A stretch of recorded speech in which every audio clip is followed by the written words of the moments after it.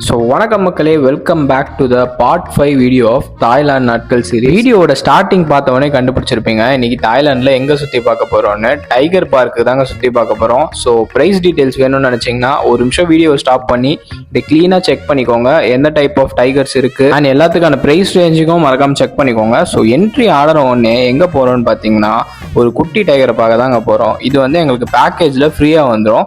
So இது கூட அடிஷ்னலாக நாங்கள் வந்து வேறு டைகர் ஆட் பண்ணிக்கிற மாதிரி இருக்கும். ஸோ இப்போ நம்ம பார்க்க போகிறது ஸ்மால் டைகர் தாங்க.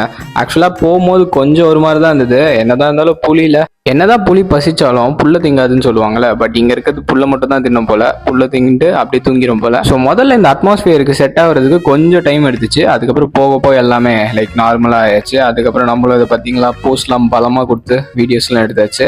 அதுக்கப்புறம் நம்ம முன்னாடி பார்த்தோம் பார்த்தீங்களா ஒரு குட்டியாக ஒரு புலி தூங்கிட்டு இருந்ததுல, அது ஆக்டிவ் ஆயிடுச்சு ஒரு வழியா. அதுக்கப்புறம் இப்போ நம்ம பார்க்க போகிறது தாங்க மெயினான மேட்ரு. மீடியம் சைஸ் டைகர் தான் பார்க்க போகிறோம். இதோட ப்ரைஸ் ரேஞ்ச் எல்லாமே நான் ஃப்ரண்ட்டில் உங்களுக்கு கிளியராக காமிச்சிருப்பேன். அதை ஸ்டாப் பண்ணி பார்த்துக்கோங்க.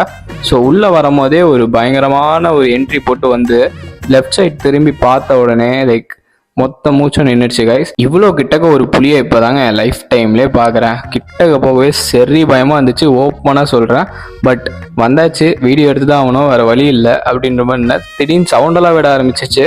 சரின்னு நான் பின்னாடி போய் நின்று ஒரு செல்ஃபி வீடியோ எடுக்கலான்ற மாதிரி லைட்டாக தொட்டேன். தலைவருக்கு வந்து அந்த தொட்டாலே பிடிக்காது போல், வாழை வச்சு பறக்க விட்றாரு கையெடுத்து.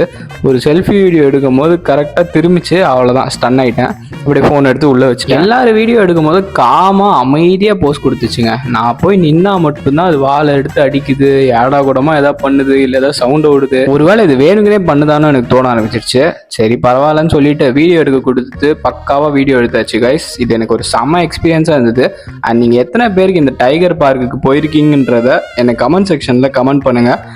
இதுதாங்க சொன்னா பார்த்தீங்களா, லைட்டாக தொட்டாலே அந்த வால் வந்து அப்படியே செவுட்லேயே ஒன்று வைக்கும், அவ்வளோதான், எதுவுமே பண்ண முடியாது. ஸோ வீடியோ எடுத்து முடிச்சுட்டு அப்படியே வெளில வந்தாச்சு. வந்ததுக்கப்புறம் பார்த்தீங்கன்னா அதை விட லார்ஜ் டைகர், இதெல்லாம் கன்ஃபார்ம் போக மாட்டேன், போனால் வந்து காலி ஆகிடும்னு எனக்கு தெரியும். அதுக்கப்புறம் அங்கே இருக்கவங்க கிட்ட கொடுத்து வீடியோ எடுக்க சொன்னால் அவங்க ஃபேஸ் கிட்டே போய் ப்ராப்பராக பக்காவாக எடுத்து கொடுக்குறாங்க.